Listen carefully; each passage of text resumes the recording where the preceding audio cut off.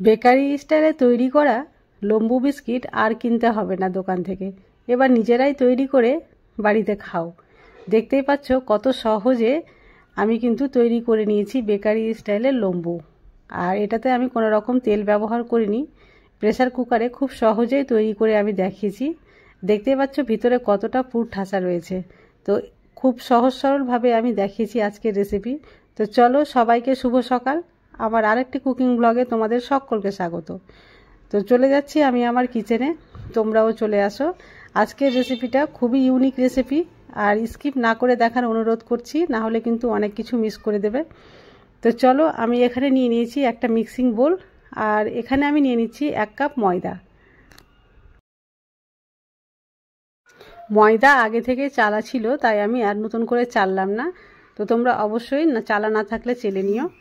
আর তারপরে দিয়ে দিচ্ছি এখানে 1 চিমটে পরিমাণ বেকিং সোডা, আর তারপরে দিয়ে দিচ্ছি বেকিং পাউডার। তবে বেকিং পাউডারের পরিমাপ বলতে গেলে বলা যেতে পারে যে চা চামচের 3 ভাগের 1 ভাগ। এটা আমি 1 কাপ ময়দার মাপ অনুযায়ী বলছি আর কি। তোমরা যদি বেশি পরিমাণে করতে চাও তাহলে এর পরিমাপটা একটু বাড়িয়ে দেবে। তারপরে দিয়ে দিলাম স্বাদ মতো লবণ। এবার দিয়ে দিচ্ছি জোয়ান। জোয়ানটা হাতে একটু এভাবে ঘষে নিয়ে তারপরে দেব। জোয়ানটা একটু ঘষে নিলে এর ফ্লেভারটা খুব সুন্দর আসে। এরপরে দিয়ে দিচ্ছি 2 চা চামচ ঘি। আমি আজকে তেল দিব না, তাই ঘি দিয়ে করছি। আর দিয়ে দিচ্ছি 1 চামচের মতো চিনির গুঁড়ো। এবার সমস্ত শুকনো উপকরণ খুব ভালোভাবে মাখিয়ে নিচ্ছি, কারণ এখানে একটা ময়াম দিয়ে দিতে হবে। আর দেখতেই পাচ্ছ খুব সুন্দরভাবে মাখানো হয়ে গেছে, এই যে ময়াম দেওয়া হয়ে গেছে। তো এবার আমি অল্প জল নিয়ে এইভাবে একটা ডো তৈরি করে নেব। সবগুলো জল একসঙ্গে দেব না, অল্প অল্প করে দিয়ে একটা সফট ডো তৈরি করতে হবে। ডোটা বেশি শক্ত হবে না, বেশি নরমও হবে না, একটু মাঝারি মতো রাখতে হবে। যেমন আমরা লুচি রুটি খাই, ঠিক সেই রকমই ডোটা তৈরি করব। তো দেখো, ডো রেডি হয়ে গেছে। এবার আমি একে 10 মিনিটের জন্য রেস্টে রেখে দেব। ডোটা পারফেক্ট না হলে লম্বু কিন্তু পারফেক্টভাবে রেডি হবে না, মুচমুচে হবে না উপরটা। তো 10 মিনিটের জন্য আমি রেস্টে রাখছি। অন্যদিকে ভিতরের যে পুর করব সেটা তৈরি করে নিচ্ছি। তো এখানে গ্যাসের ফ্লেম অন করে আমি একটা প্যান দিয়ে দিয়েছিলাম, আর তাতে দিয়ে দিয়েছি 1 চামচ ঘি। আর তারপরে ঘি গরম হয়ে গেছে।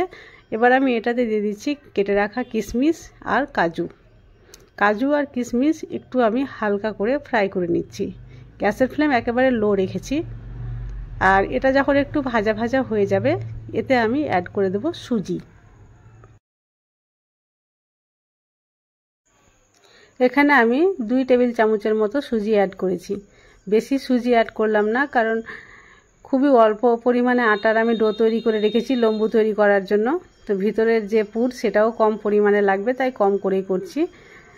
দেখতে পাচ্ছ ভাজা ভাজা হয়ে গেছে, মানে সুজির যখন কাঁচা গন্ধটা চলে যাবে, ভাজা ভাজা হালকা হয়ে যাবে যখন, এবার আমি সেটাতে অ্যাড করে দেব চিনি। আমি এখানে চিনি গুঁড়ো অবস্থাতে দিচ্ছি না, চিনি কিন্তু গোটা চিনি দিচ্ছি। গুঁড়ো চিনি দিলে তাড়াতাড়ি গলে যাবে, আর আমি চাই না যে চিনিটা গলে যাক, একটু গোটা গোটাই থাকুক চিনিটা। তো এবার একটু নাড়াচাড়া করে গ্যাসের ফ্লেমটা আমি বন্ধ করে দিচ্ছি, কারণ পুর রেডি হয়ে গেছে। আর এই গোটা চিনি রাখার জন্য কিন্তু লম্বুটা দোকানের মতো পারফেক্ট হবে। লম্বু যখন দোকান থেকে কিনে নিয়ে এসে আমরা ভেঙে দেখি আর কি, ভেঙে খাই, তো নিচের দিকে কিন্তু যে লেয়ারটা থাকে সেটা মিষ্টি মিষ্টি ভাব থাকে। তো এই চিনি গোটা দিলে যখন বেক করব তলাতে গিয়ে সেই লেয়ারটা সেই রকমই তৈরি হবে, আর চিনির গুঁড়ো দিলে কিন্তু সেটা হবে না। তো দেখো পুরটা রেডি হয়ে গেছে। আর এদিকে আটাও এবার 10 মিনিটে রেস্টে রাখা হয়ে গেছে। তো এবার 10 মিনিট পরে ফিরে এসে আটাটা আমি আরও ভালোভাবে একটু হাতে মেখে নিয়ে একটা সফট ডো আর কি তৈরি করে নিচ্ছি, কারণ এই সম্পূর্ণ ডোটা থেকে একটাই রুটি বেলতে হবে। তো এবার হাতে নিয়ে একটু গোল করে চিকন করে দিলাম। এবার আমি এটা একটা রুটি বেলে নেব। রুটি বেলার সময় অবশ্যই আটা দিয়ে বেলতে হবে, তেল দিয়ে বেললে হবে না। রুটিটা বেলতে হবে খুবই পাতলা করে, যতটা সম্ভব পাতলা করতে হবে। আমরা যেভাবে রুটি তৈরি করে খাই আর কি, তার চাইতে বেশি করে পাতলা করতে হবে। দেখতে পাচ্ছ কতটা পাতলা রেখেছি, আর একটা যেহেতু রুটি করেছি সেটা অনেক বড় হয়ে গেছে। এবার এর উপরে আমি লাগিয়ে দেব ঘি। এখানে 1 টেবিল চামচ আমি ঘি দিচ্ছি। আর খুব ভালোভাবে হাত দিয়ে চারিদিকে লাগিয়ে দেব। কোনো জায়গা বাদ রাখা যাবে না, সম্পূর্ণটা ঘিয়ের প্রলেপ দিয়ে দিতে হবে। এভাবে দেখো হাত দিয়ে খুব ভালোভাবে আমি কিন্তু লাগিয়ে দিয়েছি। এবার ঘি লাগানো হয়ে গেলে উপর থেকে আমি এইভাবে একটু ময়দা ছড়িয়ে দিলাম। তারপরে ময়দা এভাবে হাতে করে নিয়ে চারিদিকে লাগিয়ে দিলাম। এবার এক ধার থেকে উল্টে ভাঁজ করলাম, অপর ধার থেকে এভাবে আবার ভাঁজ করলাম। এবার এর উপরে কিন্তু আমি আর ঘি দেব না, শুধু ময়দা দিলাম। তারপরে দুই ধারে আবার মুখটা উল্টে দিলাম। এরপরেও একই রকমভাবে কিন্তু আমি ময়দা ছড়িয়ে দিলাম। এবার আর একটা ভাঁজ দিয়ে উপরে ময়দা দিয়ে এবার রুটি বেলে নেব। এই রুটিটা কিন্তু চৌকো শেপের হবে, যেহেতু এটা চৌকো শেপ হয়ে গেছে আর কি, তো রুটিটাও চৌকো হবে। তো এই চৌকো রুটি বেলে নিতে হবে, তবে আগের মতো আর পাতলা বেলবো না, একটু মোটা করে রাখবো।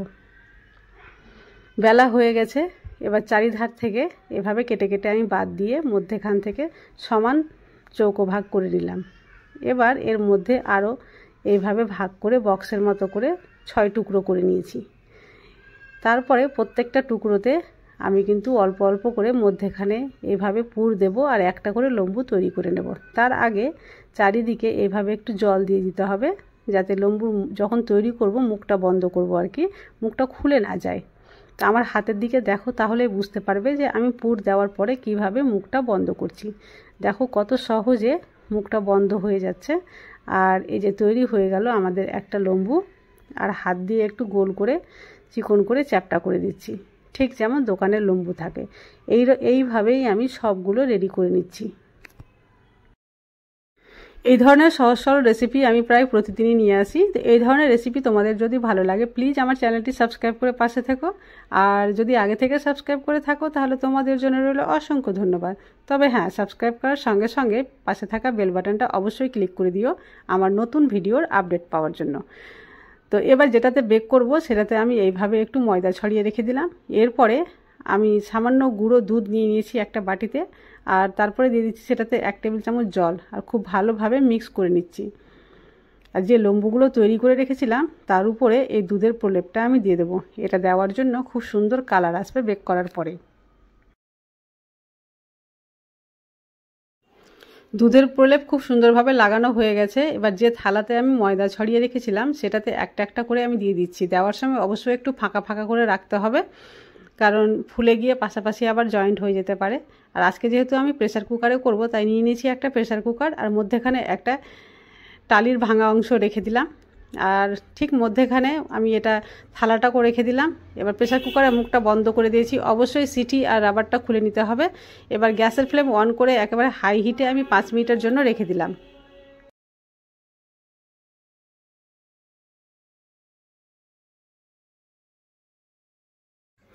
5 মিনিট পরে ফিরে আসলাম, আর এখন আমি গ্যাসের ফ্লেমটা একেবারে লো করে দিচ্ছি। দেখে বুঝতেই পারছো লো করে দিলাম। আর এই অবস্থায় আমি রেখে দেব 20 মিনিট। 20 মিনিটের মধ্যে আশা করি সম্পূর্ণ বেক হয়ে যাবে। তো 20 মিনিট পরে আমি তোমাদের খুলে দেখাচ্ছি যে কেমন অবস্থায় থাকছে। 20 মিনিট হয়ে গেছে, আর দেখো কত সুন্দরভাবে বেক করা হয়েছে, আর কালারটাও খুব সুন্দর চলে এসছে। তো আমি একটা একটা করে এই সার্ভিং প্লেটে সার্ভ করে নিচ্ছি। উপরে দুধের প্রলেপ দেওয়ার জন্য দেখো কত সুন্দর কালার এসছে। উপর থেকেও কিন্তু খুব সুন্দর বেক করা হয়েছে। আর পিছন দিকটা দেখো, উল্টে দেখাচ্ছি, পিছন দিকটা কিন্তু পুড়ে যায়নি। খুব সুন্দর বেক করা হয়েছে, একেবারে দোকানের মতো। কেউ দেখে বুঝতেই পারবে না যে এটা তোমরা বেকারি থেকে নিয়ে এসছো না বাড়িতে করেছো। তো চলো একটা আমি তোমাদের ভেঙেও দেখাচ্ছি। এই যে দেখো উপরটা কতটা খাস্তা আর মুচমুচে, আর ভিতরের লেয়ারটা দেখো কত সুন্দর, একেবারে দোকানের মতো। পুর দেখতেই পাচ্ছ কতটা পুর ভরা রয়েছে। তো এই ধরনের মিষ্টি মিষ্টি পুর ভরা লম্বু তোমরা নিজেরাই তৈরি করে নিতে পারবে খুবই সহজে। তো আজকের রেসিপি তোমাদের ভালো লাগলে প্লিজ একটা লাইক করে দিও, আর বেশি বেশি করে শেয়ার করিও, আর কমেন্ট করতে যেন ভুলো না। আজ তাহলে এই পর্যন্ত, দেখা হবে নেক্সট রেসিপি ব্লগে। ততক্ষণ পর্যন্ত তোমরা সবাই ভালো থাকো।